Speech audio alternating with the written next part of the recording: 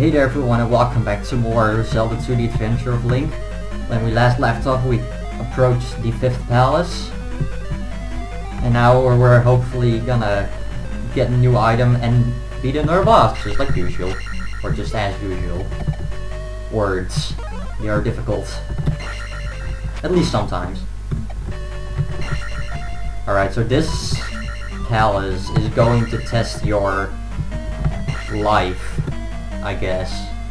Like, it tests how well you can survive with high-level enemies, so you probably know what that means. That means button mashing. Well, it also means blue iron knuckles.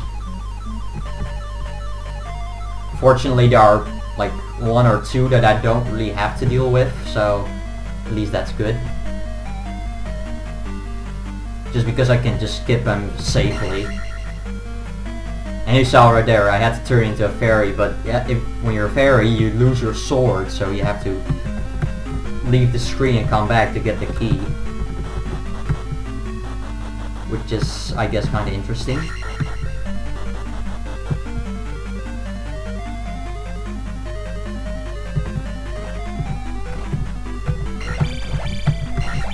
This is one of many iron knuckles we're going to see. At least they don't all come in blue. You can see there are 2 in red. We've got 2 bots here, which I might as well just kill to get the 6 count up.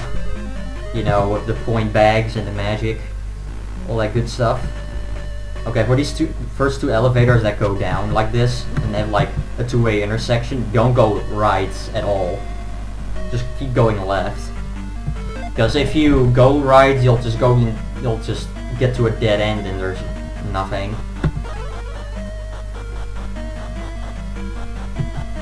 I think you saw like orange enemies right on the left, right there. Well, those are actually give 200 experience points if you kill them, which is quite worth it, actually. Unfortunately, they're really hard to kill. Which does not necessarily mean I won't go after them, but...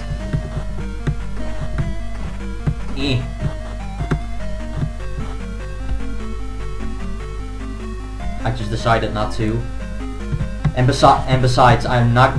If I go after all of them, I won't get 2 level ups out of it. So if I skip some, I'll at least save all that life, because I could take some pretty good damage if I try to fight those guys. But I'll fight them probably in the next hallway.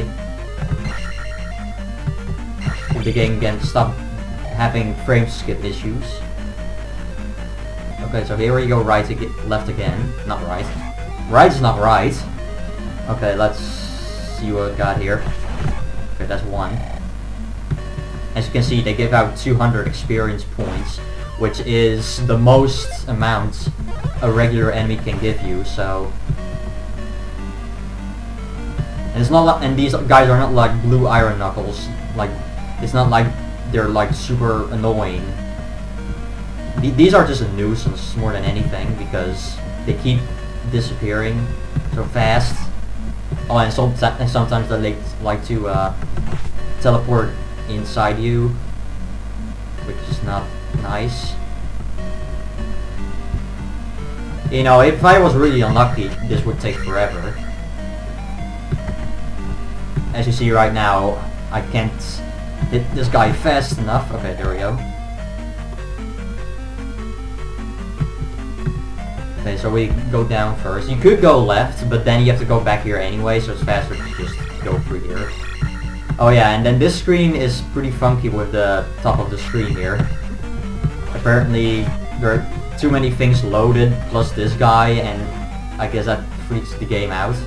I don't know. Also, here's a bubble that had too much coffee, apparently, because it's going real fast. And a key with an iron knuckle that's really hard to hit, and I just downstepped into that. That's kinda... or duck stab, rather. You know, normally you should not be able to duck stab iron knuckles at all. Maybe if you're like super precise, but I guess I got it. Yeah, I'm not gonna care for you guys. I just made a save by accident, but that's okay, because I made a second one. Like the end of part 2, where I made a save state over a practice run. Oh, and by the way, I just went through a wall. No biggie, it just happens. If you're really lucky, you can sometimes just go through walls because the game is glitchy. In all seriousness, that's what you're supposed to do. There's actually another room like that, where you'll actually just run into a dead end with a blue iron knuckle at the end, which is really trolly. It's like, oh, here's a blank wall, and I trap you with this enemy right here. So, yeah. I'm definitely gonna cast shield here, because there's a blue iron knuckle I have to fight. Well, either that, or it's using the fairy spell, which is kind of cheap, so... Hello? If I can't hit orange ones, what I'm gonna do if I get to a blue one? I mean, come on. Fortunately, they aren't as aggressive before they get hit, but when they get hit, they get really aggressive, as you can see. I kinda want them to throw a high sword at me. You know, one that just throws from a higher position, because then I can dodge it, then jump and stab. Dang it, blue iron knuckle, you're ruining the music. All that shield sounds, all those shield sounds are making the music not be as powerful, or whatever.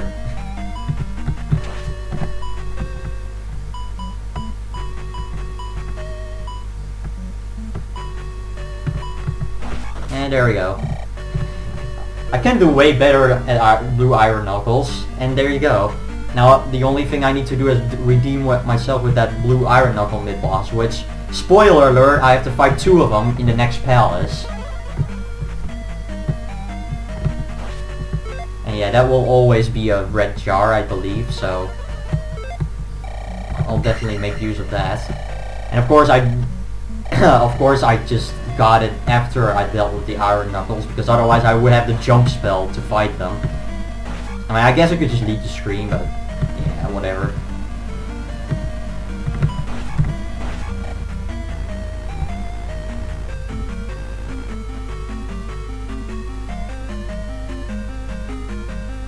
You guys are not getting me. Except that this room, I think, also has them. Oh jeez. Don't want to get hit. Now this is pretty unique. We have Stalfos here all of a sudden. You know, these really weak enemies that just die in one hit. What's kind of funny is that even though the red iron knuckles have can only take 2 hits, and they have like more health than the orange ones also take 2 hits. But I believe if you get attack 7, they'll only take 1, and the red ones still take 2. I think. And then attack 8, they'll just take they'll take 1 hit regardless. I don't actually know if I pointed that out yet, but oh, actually first I need to point this out. I said for the first 2 elevators at 2-way intersection don't want to go right. Well, if you went right on the first one, I think, or the second one of the 2, you would come to that room, but then from the other side. So you would be staring at a blank wall with a key behind it, and you would be like, how the hell do I get there? And I guess the idea of the level designer would be like, oh, okay, you can go through the wall to get that key. So the player is probably thinking, if I could just go through walls, it would just be so much easier. And then the next wall, you're like, oh, I can go through walls. Awesome.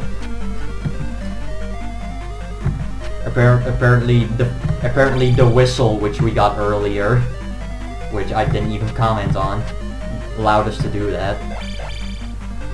The whistle really only has 2 functions, and one of them is just to advance through the overworld, and one to get to the next palace. So if I wanted to, I could just go to the next palace right away. Which I'm not gonna do. I'm gonna do some things along the way, which I technically don't have to do right away, but whatever. I totally should have killed one of those orange enemies, because I do want to make sure that I actually get the level up. when I get to the end of the palace, and I think the boss gives me 500. I'm pretty sure. So, oh yeah, that's nice. So I think I need 600 more experience. Might as well just kill this guy. Basically, the room above here is where the boss is. Or it's the hallway towards the boss, rather. And in order to get there, I need to get another key, because I don't have any keys anymore. And there's a key below here, so that's the one we'll get. Also, Bubble, you can stop seizuring, or did you have enough, or did you have too much coffee again? Well, I guess these P-Bags actually do make it likely that I'll get the level up regardless. In my practice runs, I fought a lot, I kill a lot less of those orange fireball throwing enemies. Yeah, and this is the kind of room where you don't want to be fighting these guys in, because you have these bubbles and all these blocks, it's just all in the way. I mean, you could get rid of them, but how much energy does it cost you to do that, is the question. Now here's another blue iron knuckle, but fortunately, because this is a low ceiling, it's actually easier to hit this one. The intended way, at least.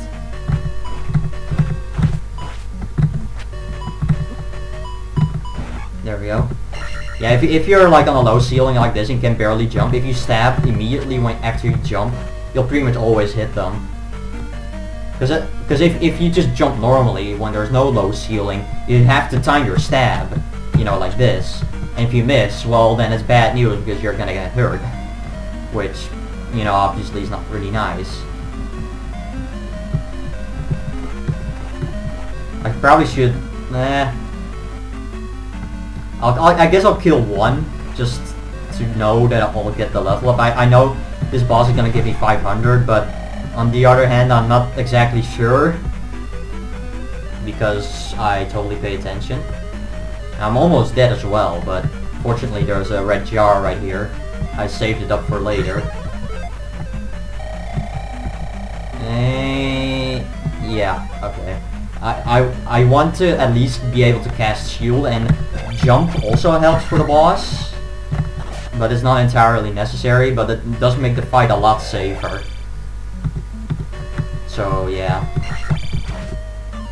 Oh, red jar, well, never mind.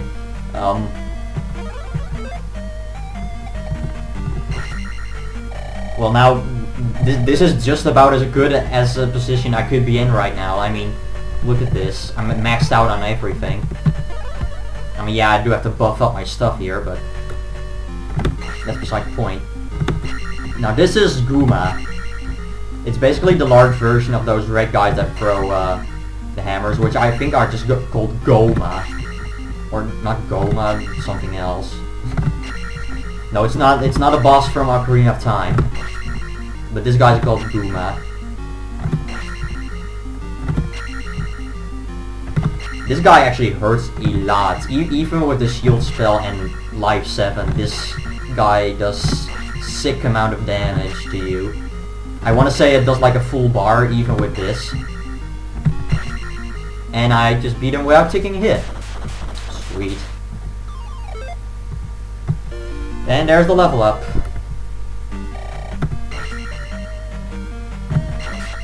Go through this keyhole. And we put the crystal in the thing while Link's feet are kind of in the ground. Awesome. Alright, so from here, now that we have the whistle, we can use it to drive the river monster away, which is right over there on the left side, bottom left. And actually there are a lot of, like, there are these ladies in town, like, everywhere, and pretty much all of them refer to the river monster, saying that it does not like that it doesn't like noise. I almost said nose. Yeah, they don't like noses. They don't like to be sniffed at. Nah, that's not how it works.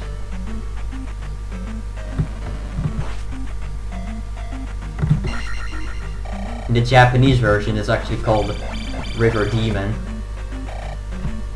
Oh yeah, something I actually wanted to mention before, I think, was the blue iron knuckle that I skipped in that huge room where I went through a wall. Well, in the Japanese version, you actually fight Horsehead there. So yeah, the boss from the first palace makes a return there, which is quite interesting, to say the least. What's also interesting is that mid-boss,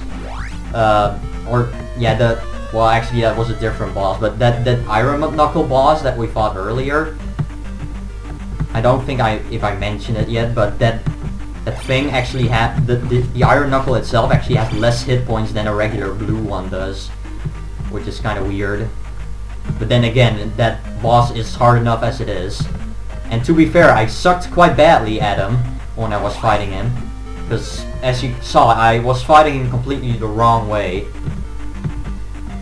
I mean, yeah, I tried to do the cheap thing, or, well, it's not really cheap, but... Oh yeah, by the way, these guys, I called them the Dongos before they're actually called Zoras, which is kind of weird. But hey, that's 8-bit graphic limitations for you. I mean, come on, they look like the Dongos. You wouldn't say they're Zoras of all things. Also, we got some bullet hell here. There's actually a spell that you can use to kill these guys, but it's a spell we haven't gotten yet, and it's the only spell we actually have left.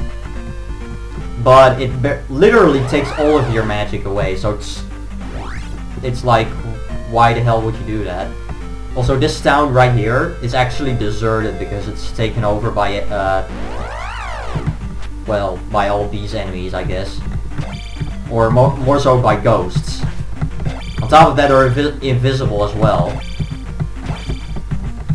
So if you go there, not only is it pretty suicidal, but also there's no one left except one person who will say something like, "This town is dead.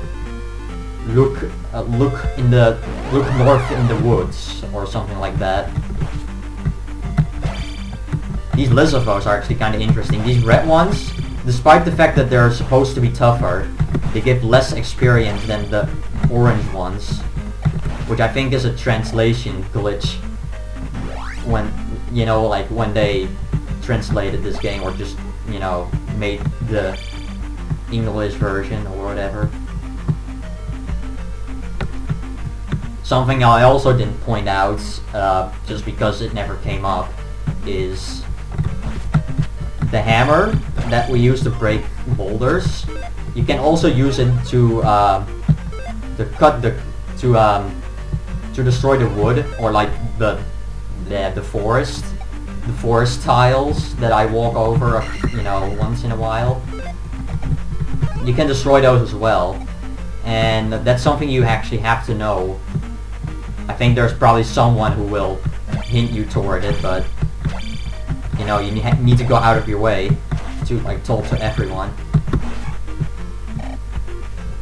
But if you use the hammer here, there's a hidden town, and this is basically where everyone has taken refuge.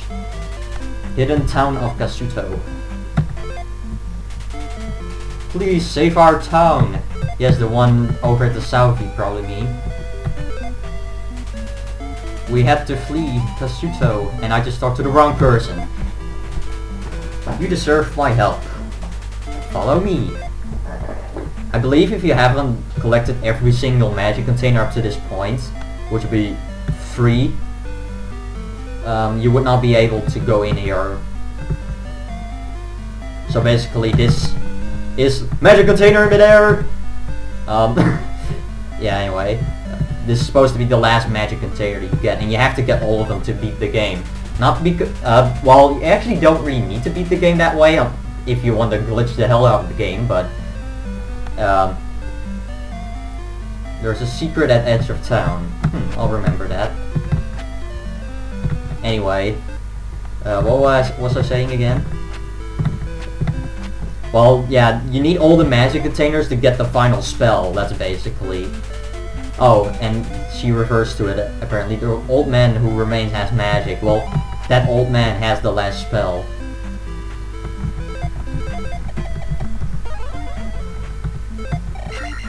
And you basically need that spell to finish off the final boss. Why am I talking to you? I'm full on health. What am I thinking? I need to go in here. Except that it looks pretty empty. Let's say. I can stab the wall here. Looks kind of weird. But there's a hole here.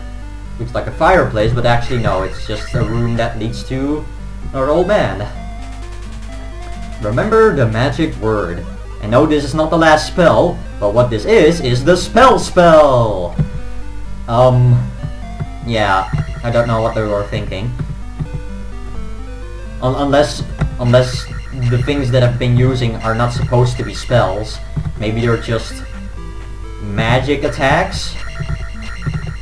I don't know.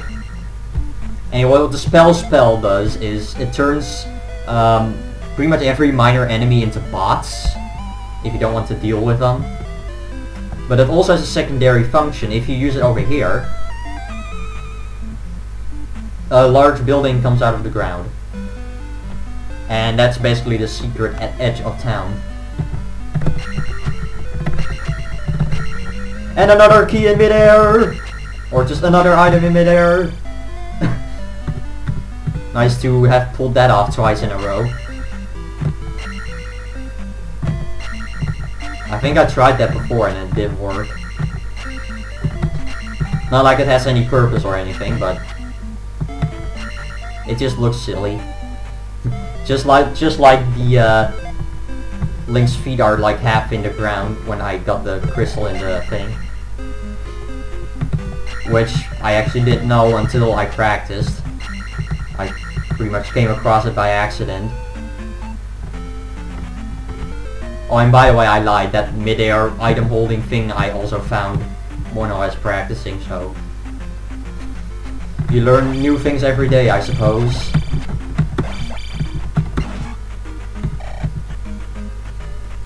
So pretty much from here, we're just gonna go to the next palace. I mean, we could go to the town that was left behind, but there's really no point. Plus it has one invisible enemy that you have to avoid. But basically what it is those ghost enemies that you've seen before, except that these ones are actually invisible. You literally can't see them in any way. And there's an item in the next palace that will allow you to see those enemies, which we'll be getting in the next part. And actually, if you get an encounter in the forest here, this is pretty much the best place to grind, because you have these Lizafos, which are really easy. You just jump and duck stab them, and there you go, easy peasy. And for these spiders, just up stab. So yeah, that's like a free 310 experience. Oh, speaking of experience, oh, by the way, here's the last heart. Aw, not in midair. What's actually kind of interesting, I think it was the Iron Knuckle boss. If you kill him, it says you get 300 experience, but you actually get 301. I don't know why that is, but it is. It's so strange. Apparently some translation error like this, I don't know. Anyway, yeah, as you saw right there, if you use the whistle in those 3 rocks, you'll make the next palace appear. So yeah, in the next part, we'll be going through Palace 6, which will test our magic usage, which I can't say I'm particularly good at it, but I'll see what I can do.